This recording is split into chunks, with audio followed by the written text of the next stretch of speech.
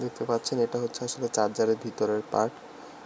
তো চার্জারের ভিতরের পার্টে এইখান থেকে এই জিনিসটা থেকে আমরা চার্জারের ইনপুট দেই, যে দেখতে পাচ্ছেন এইখান থেকে তারটা যায় এটার ভিতরে কি থাকে,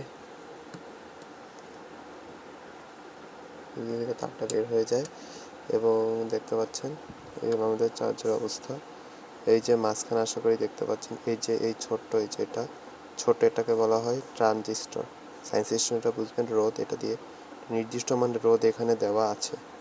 তো আমি যদি এটা পিছন সাইড উঠাই দেখবেন ঠিক এই বরাবর পিছনে লেখা আছে, এই যে দেখেন পিছনে এই বরাবর লেখা আছে R2, তার মানে এখানে আরও একটা রোধ আছে, চলুন খুঁজে বের করি। এই যে দেখেন R4, দেখেন এইখানে হলো R1 লেখা, এখানে এই যে R1 লেখা, R1 লেখা এইখানটাতে, তো এইটা হলো R1 এখানে আছে, ঠিক আছে।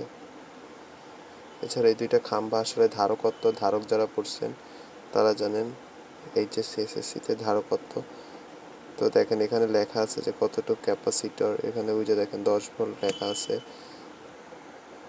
দেখেন এখানে ছোট করে লেখা আছে মাইক্রো ফ্যারাডে, তাছাড়াও আরও অনেক কিছু লেখা আছে 1000 কুলম্ব, এগুলো লেখা আছে, তা দ্বারা বোঝা যায়। তাহলে দেখেন গোল্লাটার নিচে কিন্তু আসলে দুইটা চিকন চিকন গুণার মতো আছে, এটা আসলে দুইটা ধারকের পাত, যেটা ধারক সঞ্চয় করে, চার্জ সঞ্চয় করে।